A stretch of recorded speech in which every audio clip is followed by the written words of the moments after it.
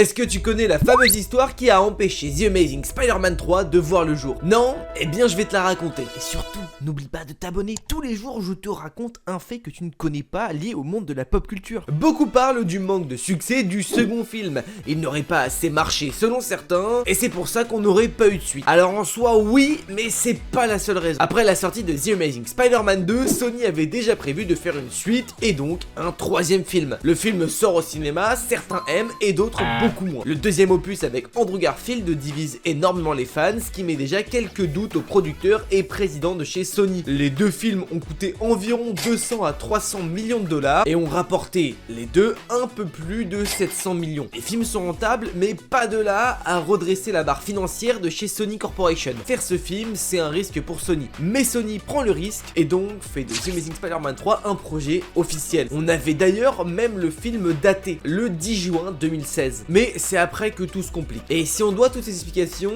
c'est grâce à un hacker. Le hacker a en fait hacké Sony, venant à divulguer certains mails et messages assez étranges. En 2014, le big boss de Sony, Kazuyu Hirai, avait prévu un événement privé devant 750 invités, durant lequel il aurait annoncé la mise en chantier de The Amazing Spider-Man 3. Bien évidemment, l'acteur dans le rôle de Spider-Man à l'heure actuelle, Andrew Garfield, était convié. Sauf que petit problème, Andrew était malade ou jet lag et a fait savoir au patron qu'il ne serait pas présent lors de la conférence. Sauf qu'il a prévenu quelques heures avant, donc pas moyen de décaler. Et ça va, le patron, il a pas kiffé. Il aurait même dit donc par mail: nous sommes à 1 heure d'un gala et Andrew décide qu'il ne veut pas venir. Il porte une barbe miteuse et il veut qu'on le laisse tranquille. Un petit peu colère le garçon, hein. Commence à me parler poliment. Le patron avait même prévu un discours élogieux pour l'acteur, mais du coup bon, discours annulé. L'annonce du film ne se fait donc pas et prend un peu plus de temps que prévu. Au vu des événements, Sony étant financièrement pas très à l'aise, le risque valait-il finalement le coup? En parallèle de ça en plus, le MCU étant vraiment bien et faisant le devant de la scène côté super-héros, propose à Sony un accord pour se prêter certains personnages. N'étant pas très à l'aise financièrement, Sony accepte et c'est donc la fin du Spider-Man d'Andrew Garfield. Aujourd'hui, les choses ont bien changé. Le patron de Sony, Kazuyu Hirai, a démissionné en 2018 et Andrew Garfield, après avoir mal digéré tout ça, a fait son retour dans le costume de Spider-Man dans le film Spider-Man No Way Home. Avec son retour, les fans veulent plus que tout avoir la conclusion à sa trilogie qui n'a jamais vu le jour. Et c'est là que le hashtag The Amazing Spider-Man 3 a pris un bel ampleur. Avec le Sonyverse lancé et l'engouement des fans, pourquoi pas rêver enfin d'avoir ce troisième film? Peut-être que si Andrew aurait pris cet avion, tout aurait été bien différent et on aurait pu déjà avoir The Amazing Spider-Man 3. Mais ça, on ne le saura jamais.